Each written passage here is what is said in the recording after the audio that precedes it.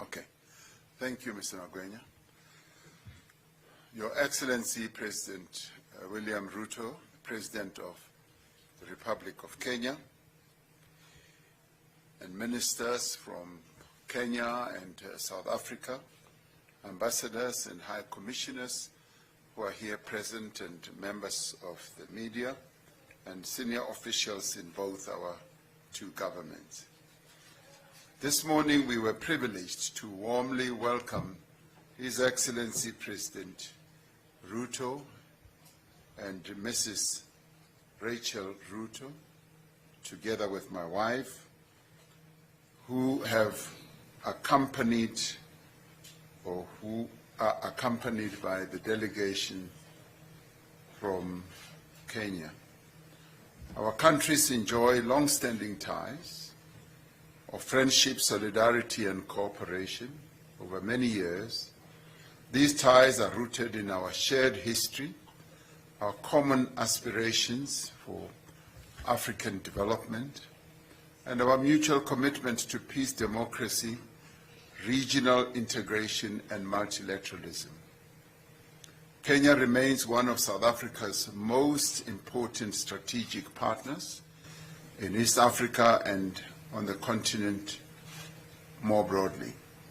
We have just concluded our official engagements, which included a one-on-one meeting and our official talks, whilst the two First Ladies have also had an opportunity to engage with a number of key role players in early childhood development. They visited a center like that in Mamelodi and will be reporting back to us on their experience this morning. Later today, we will address the Kenya-South Africa Business Forum. The memorandum of understanding that have just been signed, as we all witnessed, provide a legal framework to further expand our cooperation, a cooperation that continues to deepen each time our officials and our ministers engage with each other. During our negotiations and exchanges, we extensively reflected on our bilateral relations. We have expressed satisfaction at the current state of our relations, which is coordinated through the Joint Commission for Cooperation at the level of our two foreign ministers. Our economic partnership is one of the most strategic pillars of our bilateral cooperation. Kenya remains South Africa's largest trading partner in East Africa, and it is also an important destination for South African investment on the continent. Leading South African companies have made significant investments in Kenya in sectors such as pharmaceutical services, retail and financial services, information and telecommunications, manufacturing, business services, and infrastructure development. South Africa's development finance institutions, such as the Development Bank of Southern Africa, alongside private financial institutions, are increasingly expanding their footprint in Kenya, particularly in renewable energy, infrastructure, and private sector development. We equally welcome the growing participation of Kenyan businesses in the South African market and the strengthening of commercial linkages between East and Southern Africa. But as South Africa, we want to see more Kenyan businesses investing in our market, and we want to see more Kenyan goods being on the shelves of our country, our shops in South Africa. The African Continental Free Trade Area Agreement provides a very unique opportunity for our two countries to further increase trade relations. In January 2024, I was pleased to witness the first shipment of exports from South Africa to Kenya under the African Continental Free Trade Area Preferential Agreement. President Ruto and I agreed that the Africa Continental Free Trade Area must serve as a catalyst for inclusive growth, industrialization, and job creation for our peoples. It should facilitate development of regional value chains and support African manufacturing and create greater opportunities, particularly for young people, for women, and for entrepreneurs across our continent. Our economic relations are coordinated through the South Africa-Kenya Joint Trade Committee, which met last month. The Joint Trade Committee reaffirmed the importance of promoting a more balanced and a mutually beneficial economic partnership through increased investment, industrial cooperation, skills transfer, technology exchange, and support the value addition and manufacturing in both economies. South Africa is keen to continue exploring opportunities for cooperation in infrastructure development in logistics, in transport, in energy and related sectors. And South Africa appreciates Kenya's key role as a gateway to East Africa and as one of the leading voices on matters of peace, security and development on the continent. We reaffirmed our shared commitment to strengthening the African Union and its institutions and ensuring that Africa speaks with one voice in addressing continental and global challenges. And in this regard, we appreciated and thanked the important role that President Ruto is playing to strengthen the African Union through the various reforms that must be concluded to make the African Union stronger and to make it much more effective. As vibrant democracy with deep constitutional traditions, South Africa and Kenya remain committed to the principles of good governance, of accountability, inclusive development, and the respect of the rule of law. In this regard, I conveyed my best wishes to President Ruto and the people of Kenya as they continue for the country's preparations towards the 2027 elections. I also wish to extend my heartfelt congratulations to you, Your Excellency, and the Republic of Kenya for being among the 3 nations chosen to host the Africa Cup of Nations next year, alongside Uganda and Tanzania. This is truly a proud and historic moment for East Africa. This state visit has further strengthened the bonds of friendship and cooperation between our 2 countries. It has, in my view, laid a much firmer foundation for deeper collaboration in trade, in investment, in industrialization, and infrastructure development, skills development, and the regional integration that we so yearn to see. Together, South Africa and Kenya will continue to work to advance the prosperity of our peoples and contribute to the realization of the African Union's Agenda 2063 vision and an integrated, peaceful, and prosperous continent. So we thank you once again, President Ruto, for having taken time out of your busy schedule to come to South Africa for a state visit, which we hope you are enjoying immensely, particularly our hospitality. Our hospitality is second to none, as you well know, as yours is also second to none. So thank you for coming to the most beautiful country on the African continent. Together with Kenya, there are no other 2 countries that are as beautiful as our 2 countries. So thank you for being here. Thank you.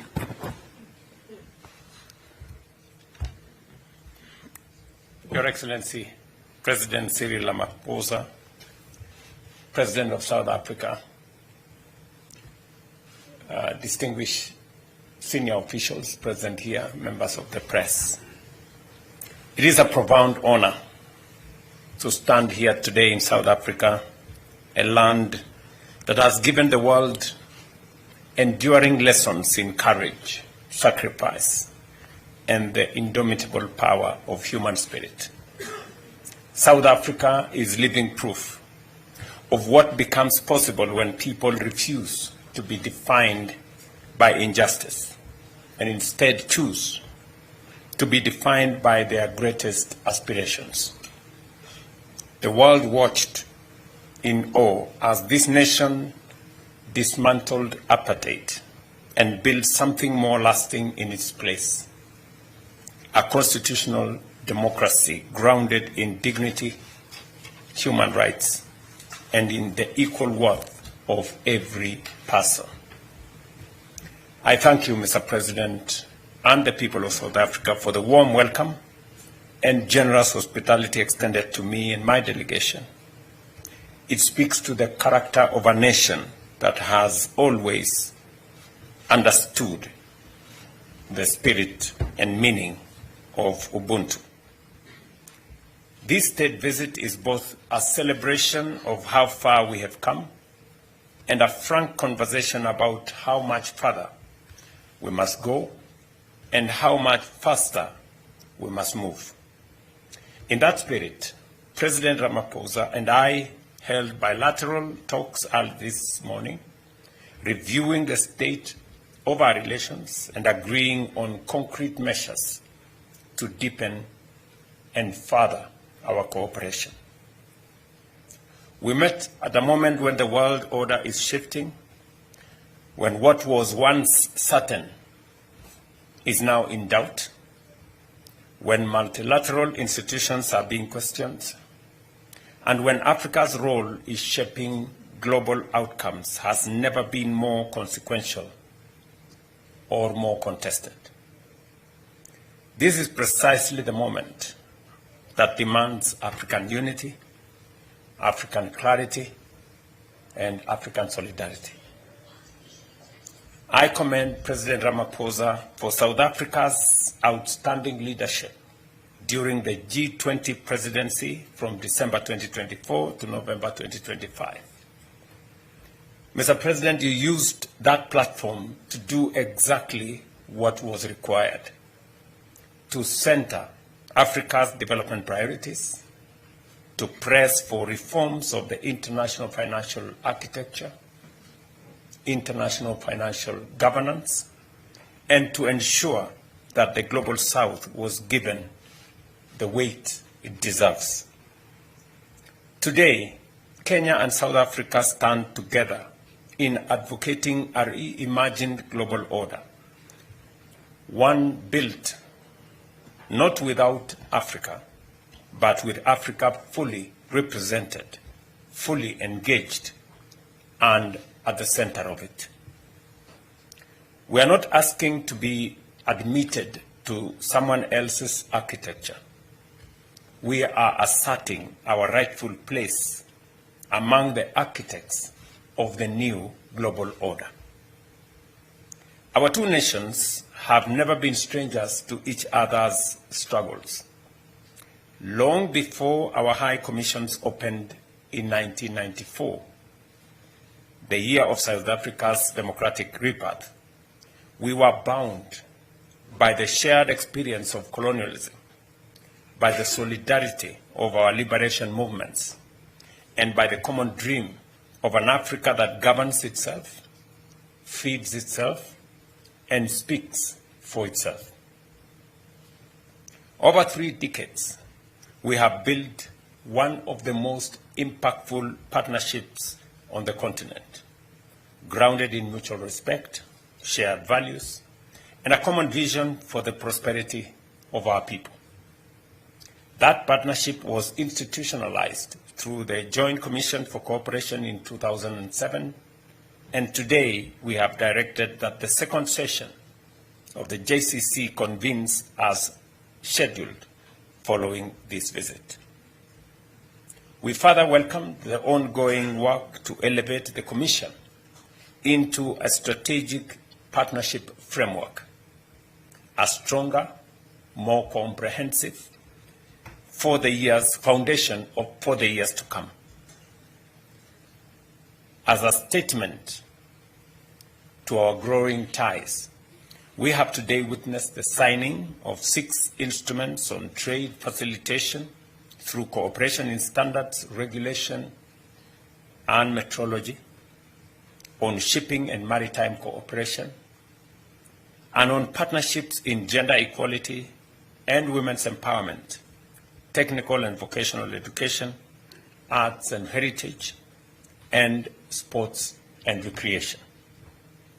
On trade and investment, we noted with satisfaction the upward trajectory of our bilateral trade, which grew from US $590 million in 2024 to $650 million in 2025, an increase of $60 million or more than 10% in a single year.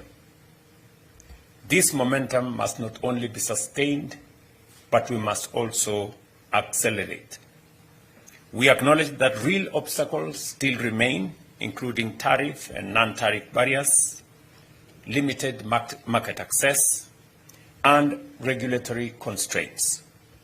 We therefore directed our trade ministers to dismantle these barriers by fully implementing the directives of the 7th Joint Technical Committee and Trade Committee. We further agreed to harness the Tripartite Alliance and the Africa Continental Free Trade Area to expand access, reduce costs, and unlock the full promise of intra-African trade. Ladies and gentlemen, we took stock too of robust investment flows over the past 5 years, with enterprises from both countries now present across banking, telecommunication, fintech, logistics, education, aviation, and retail. This reflects the natural complementarity of our economies and the confidence of our private sectors. We welcome the proposed Kenya-South Africa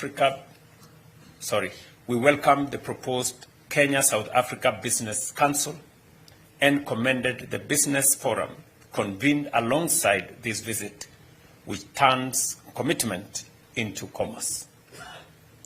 We affirmed health, aviation, and education as strategic pillars of our shared development and as sectors that improve the well-being of our citizens, connects our people, and builds the human capital that will shape our continent's future.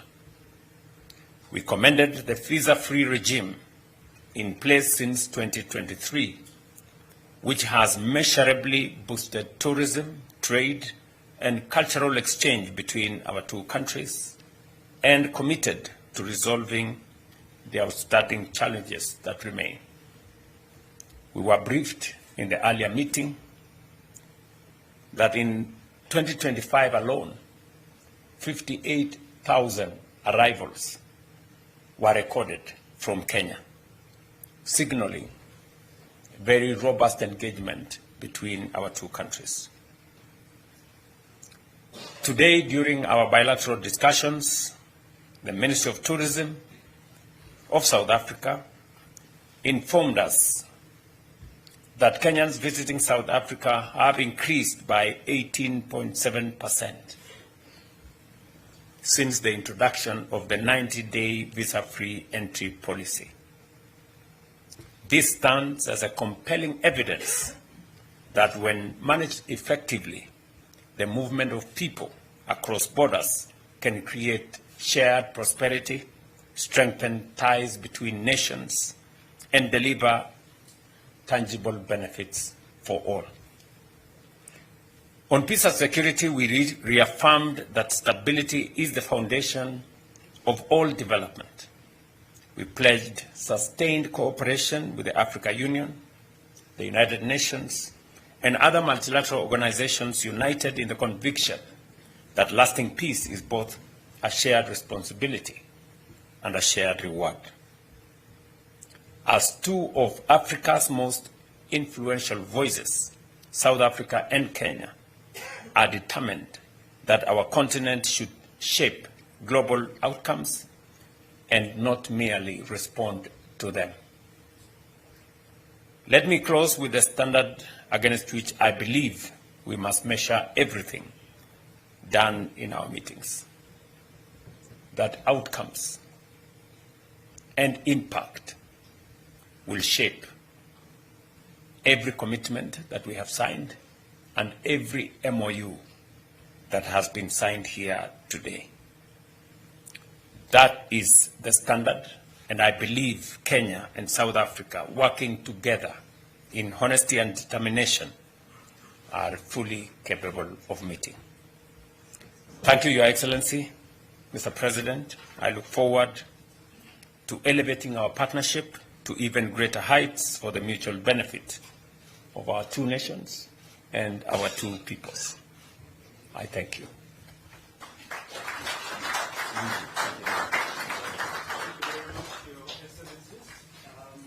We will now open the floor to questions. I'm going to take first two questions, Tando, and take Zeneki from Newsroom. Please introduce yourself and the news outlet you represent. Thank you. Good afternoon. My name is Tando Mayago, and I'm from the Business Day here in South Africa. To both presidents, my questions to both of you is, at a time of growing geopolitical fragmentation and competition between major powers, how can South Africa and Kenya position themselves as influential African middle powers rather than simply arenas for global rivalry? And my question to President Cyril Ramaphosa is that there has been discussions around sending diplomatic envoys to neighboring countries on migration and regional stability. Is South Africa considering a more formal diplomatic initiative with states in the region to manage migration flows and ease the current tensions? Thank you very much. Zanigo, please pass the mic to Zanigo.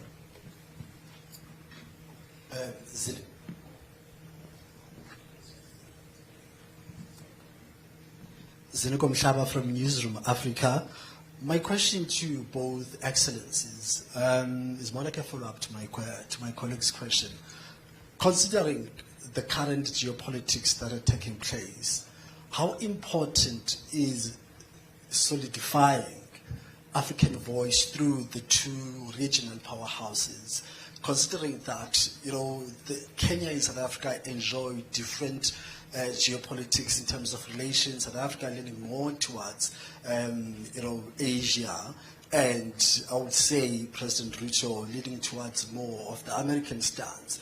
Going forward, especially, towards the G7 summit, which you'll be attending, how important is finding a common ground, but also championing a common agenda of the African continent towards that G7?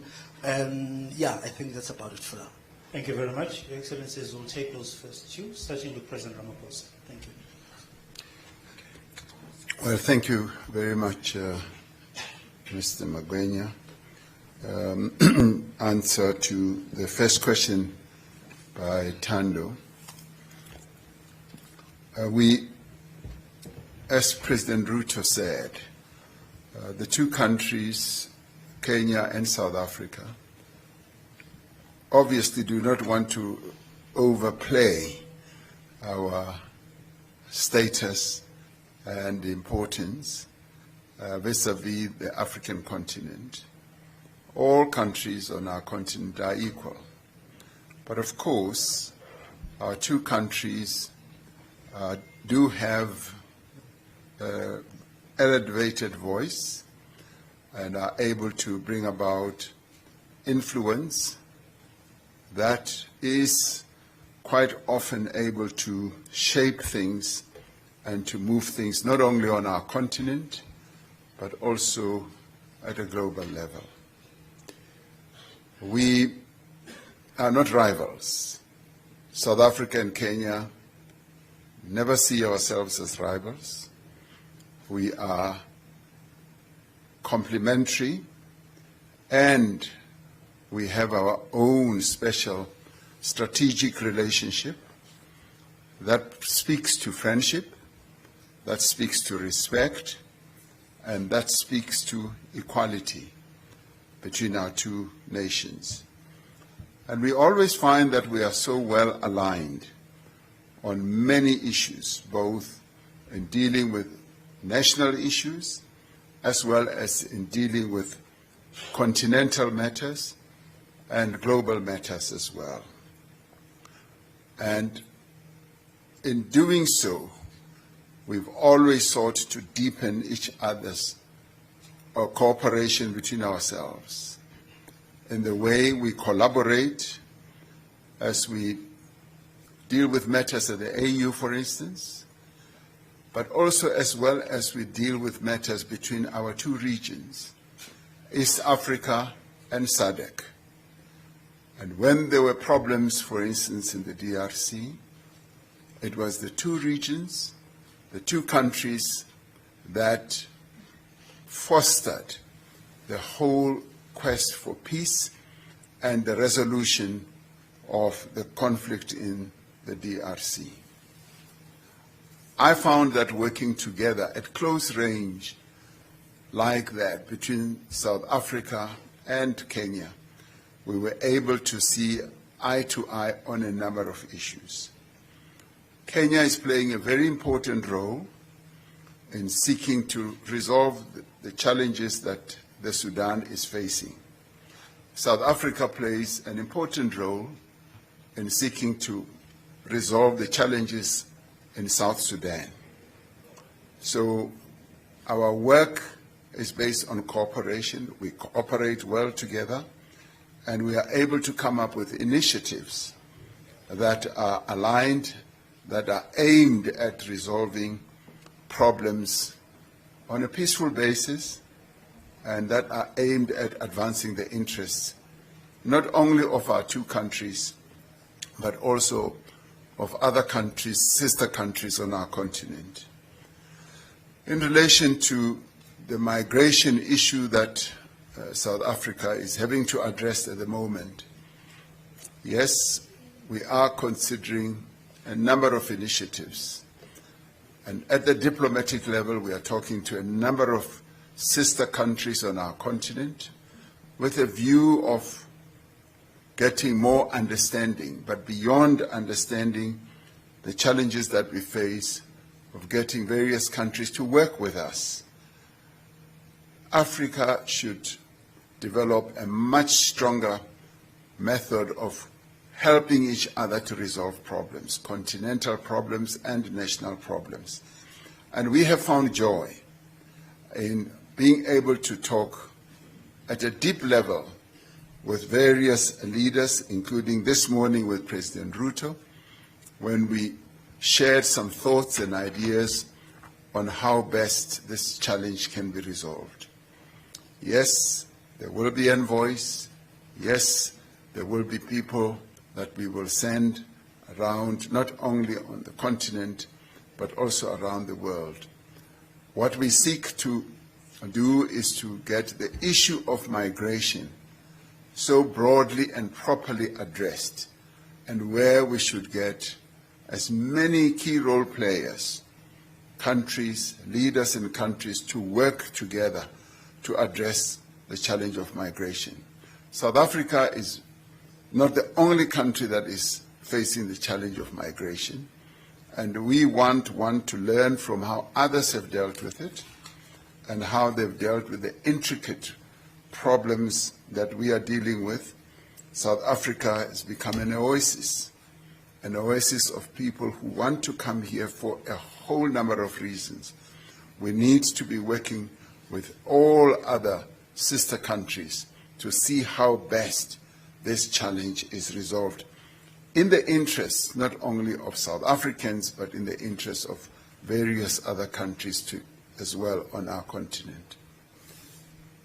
Was that only for the first question? Yes, sir. So I should leave the second question for later. That's also okay. Okay. Second. Okay. Thank you very much. I think I will take both questions because they somehow are related. I would do the same. And the point that is being made is, are we spectators in this whole unfolding scenario, the geopolitical space? Is Africa, is Kenya, is South Africa, are we just spectators, or are we making a contribution, or is our voice and our actions part of this whole equation? And let me say this maybe in two parts. Number one, it is our very considered view, working as people from the African continent, that for a very long time, our voice, our ideas, our proposals did not find its way to the forum or fora that then would influence global discourse. That has changed. I think we have taken very firm positions. We have put forward very clear proposals on what we think, not just as Kenya and South Africa, but also as a continent. And by so doing, we are slowly beginning to influence global discourse. I say this, and I will give you 2 or 3 examples. The matter of the reform of the international financial architecture was very remote. Many people did not believe that there was a problem on how the Bretton Woods institutions, how access to affordable financing, how countries were treated in terms of credit rating, and how that significantly undermined Africa's development. As a result of what we have done as leaders in this continent, today there is greater appreciation that there is something fundamentally wrong with the global architecture as it stands. And today, in every forum, there is an admission that there is need for reform of both global governance and the global financial architecture, to the extent that now we have an African credit rating agency to bring into the equation an African perspective on what is the real position, what is the real risk assessment of African economies. Is there real risk, or is it perceived risk that is exaggerated and used to undermine the position of African emerging economies to access affordable credit? There is a realization by the global financial architecture that they need to redesign their engagement with the African continent. And we are seeing changes in how the World Bank operates, how IMF operates, how other DFIs are operating, and there is greater appreciation. So we are not just bystanders. We're not just spectators. We are influencing what is happening globally. Let me take it a little bit further. Today, Africa is represented at the G20. It is a reform that has been undertaken because of the push from those of us from this side of the world. And South Africa became the first African country to host the G20. And I have said here that we commend South Africa and President Ramaphosa specifically for taking the stage and positioning Africa rightfully and our priorities and our concerns and what we believe the world should look at going forward. It is on the same spirit that I will be picking up from where President Ramaphosa left at the G20. And I will be taking the same message, the same priorities, our perspectives to the G7 next month. This month, actually, this month. And it is because it is no longer possible to ignore a continent as big as ours, with 1.5 billion people, with the largest reserves of resources, whether energy resources, natural resources, human capital. In fact, by 2050, a quarter of the world's population will be living here. Africa will be the single largest market by 2050. Anybody who is serious about thinking about the future, it's not possible to figure out that future without this continent. And finally, we are not only looking at what we can do with others, we are also looking at what we can do ourselves. And that is why we are undertaking the reform of the Africa Union. We believe that the Africa Union must be made fit for purpose so that it can serve the 1.5 billion people in this continent much more effectively. It is the reason why I was assigned by my colleagues the responsibility to work on the reform of the organs and institutions of the Africa Union. It is one of the topics that I discussed with President Ramaphosa, especially on matters to do with financing the Africa Union. They say, he who pays the piper calls the tune. Whoever is paying will have a say, and we want to be the ones to determine the course of the Africa Union, the way to the future for our continent, by making sure that we mobilize resources to reform our union, to make it effective, and to make it fit for purpose. And we are looking even further. At the meeting we had in Nairobi of the Africa Forward, we are looking at how do we mobilize resources that are available in our continent. How do we better deploy those resources? For example, discussing with African DFIs, there is $4 trillion in our continent.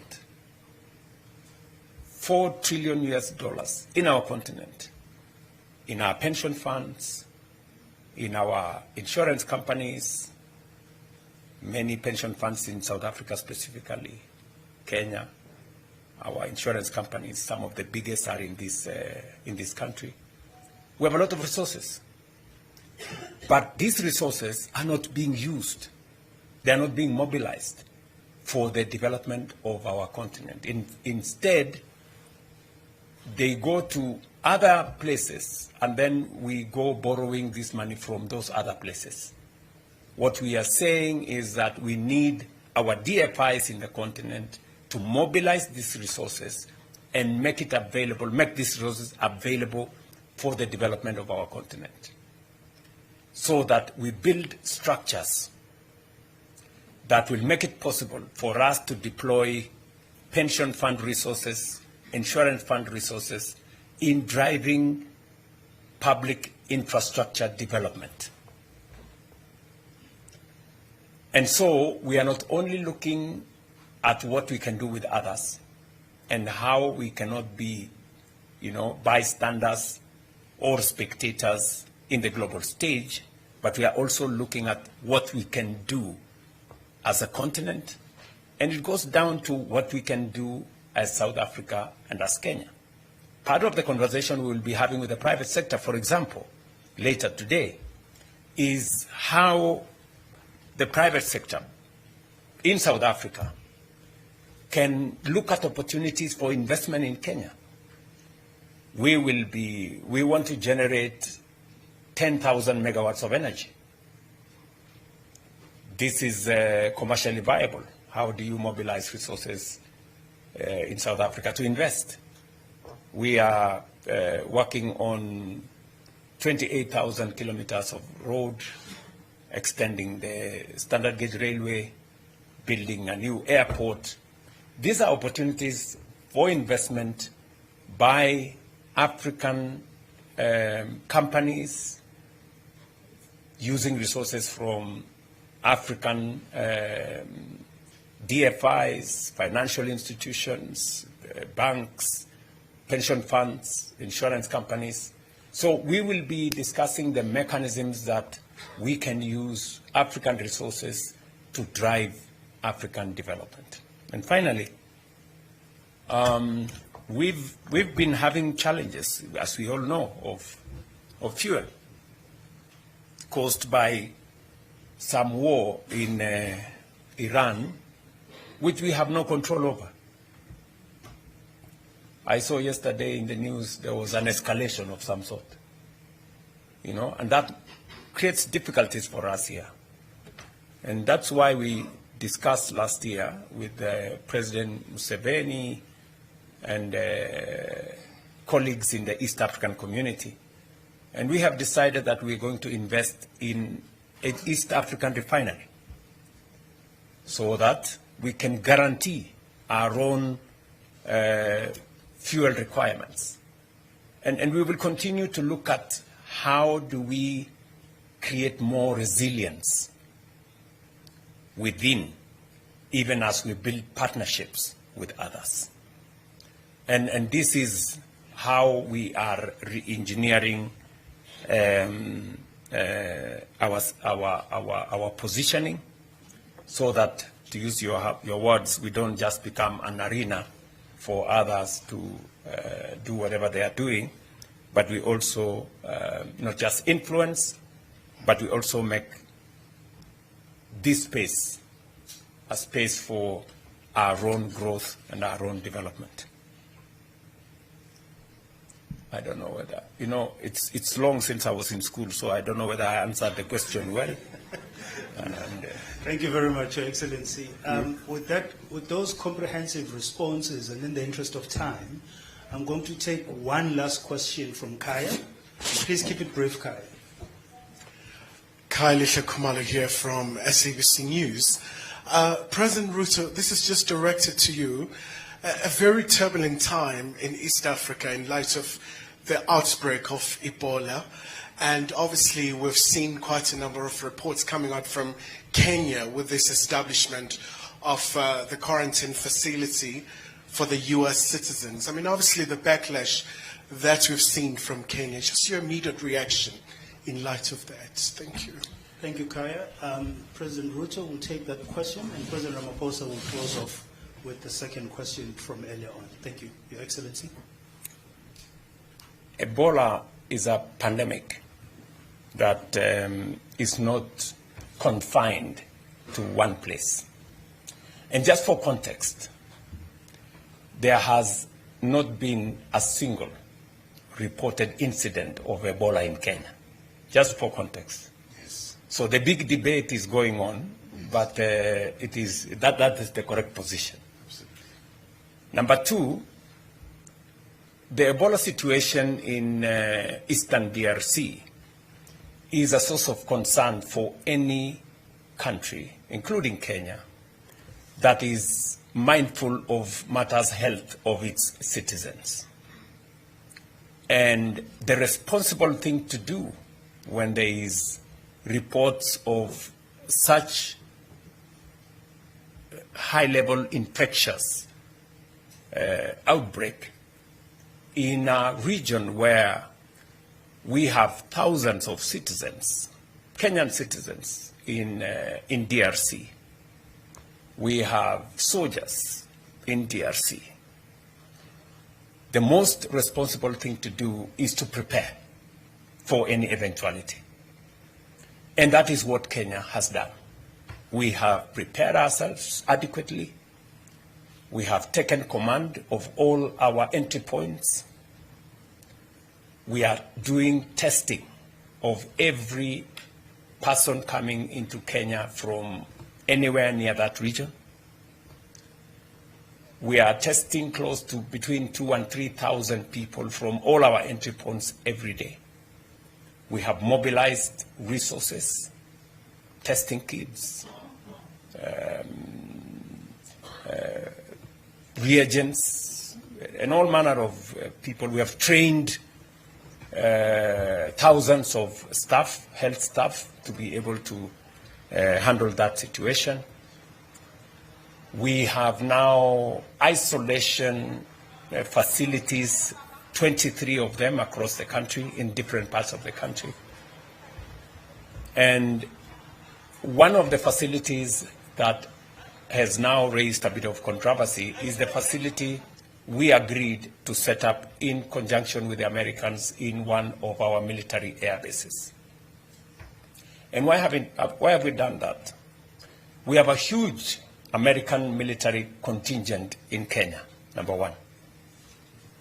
Number two, we have set up the 23 other isolation places in Kenya with the support of friends, among them the Americans, our own resources, but also with the support of Americans. The American government has supported us in this Ebola setup infrastructure, health infrastructure, to the tune of 1.8 billion Kenya shillings.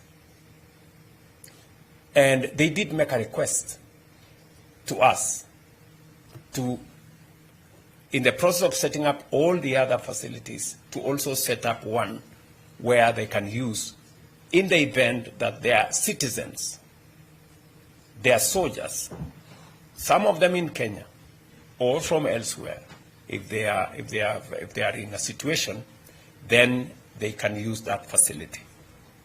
For context again, even if the Americans had not set up that facility at the military base, if there was any American in Kenya, we would take them to a Kenyan facility. We would not throw them out, because the Constitution of Kenya tells us that we are responsible for the health of the citizens of Kenya, including those who are in Kenya at any one time. So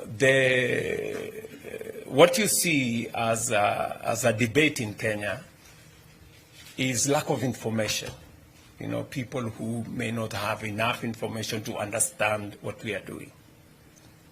If we don't prepare and a situation occurs, we would have to answer much more difficult questions than the ones we are answering now. The questions we are answering now are simpler. They are easier. But if we were answering questions when people are sick and we haven't prepared enough, then we would be answering much more difficult questions. Where were you? What were you doing? What did you do? You knew there was a pandemic. You didn't do nothing. You know? What we are answering, the questions we are answering now is that we are prepared too much. And we are prepared for even our friends. And you see, I ask the people of my great country that the American people and government have been partners with us on matters health for close to 25, 30 years. PEPFAR and all the other funds. American resources, American taxpayers' resources have been used to support Kenyan health infrastructure. It would be most unfortunate if on one request by the Americans to set up a facility at their cost, we would refuse. We would look very inhuman, you know. So the debate here is not about whether to set it up or not. The debate is, are we doing the right thing? Are we not? And I can tell you without fear of any contradiction, and I can look at everybody in the eye, Kenyan, including yourself, and tell you we are doing the right thing. Mr. President.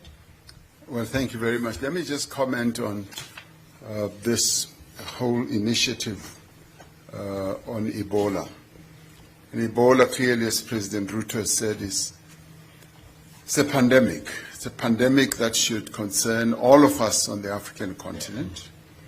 And as South Africa's role is the champion for the prevention of these pandemics, we have been quite deeply involved in the process of dealing with Ebola on our continent. But as South Africa itself, we've decided that we will be very proactive and be Pan-African and support the efforts that the African continent should make to deal with Ebola. We've made a contribution, as you might well have heard, of $5 million to the AU CDC to strengthen the CDC's effort to ensure that we have all the resources to be able to fight and to deal with Ebola.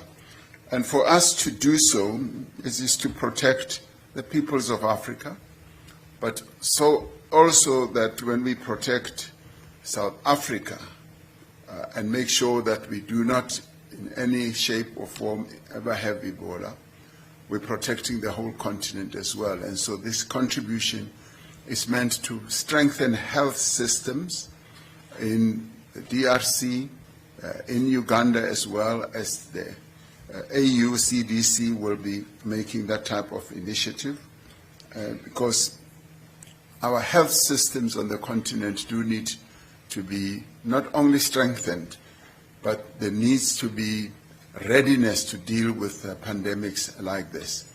And in this regard, we call on all other countries and institutions that are able to lend a hand to make a contribution to enable the AU CDC to be able to deal with this challenge quite effectively.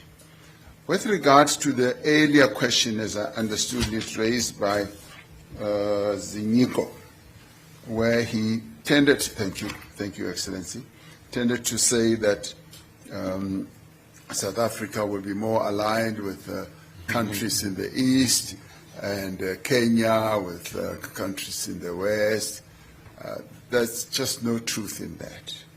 I mean, we never see our relationships as the two countries, and we are aligned on a number of issues, as exclusive to one country or to one part of the world. Our foreign policy is conducted in a way, and certainly South Africa's foreign policy is conducted in a way that is aimed at promoting and progressing the interests of the people of South Africa. But we are very strong also on saying it should promote the interests of the people on our continent. South Africa, as Kenya does, always make it a point that where we represent either South Africa, anywhere in the world, at a forum or otherwise, we always speak about Africa first and possibly last about South Africa. Because it's important for us to be promoting the interests of our continent. When we hosted the G20 here, our primary focus was our continent. We focused on what needs to be done for our continent and less so about ourselves as South Africa. When President Ruto goes to the G7 in France, he will be articulating the interests of Africa. He will be articulating what Africa needs and where Africa wants to go. He'll be speaking to the vision that is set out in Agenda 2063 for the whole continent. And of course, there are moments when bilateral meetings will be held, when he'll speak about Kenya. But our primary focus as leaders, and certainly in my case and President Ruto's case, is to uphold and promote the interests of our continent. So, and we never see a contradiction in who is given the space, the platform, and the opportunity to attend whatever forum.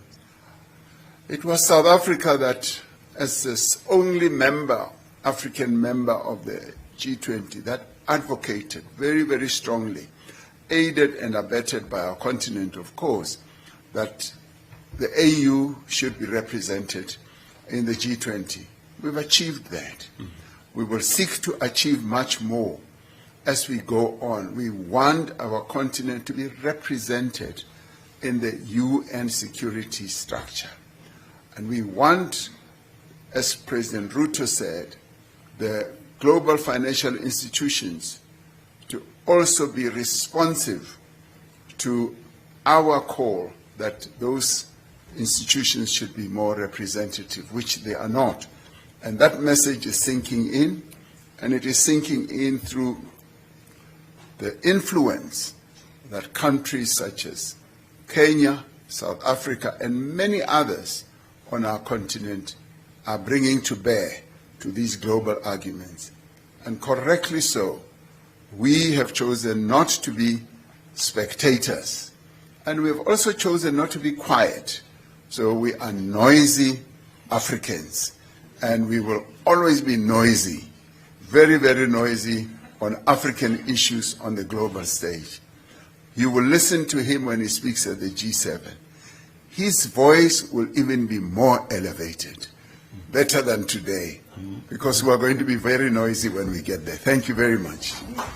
Let me, Mr. President, just so that these people understand. Yes. South Africa and Kenya are neither looking east nor are we looking west. We are looking forward. That's it. Thank you very much, Your Excellencies. On that forward note,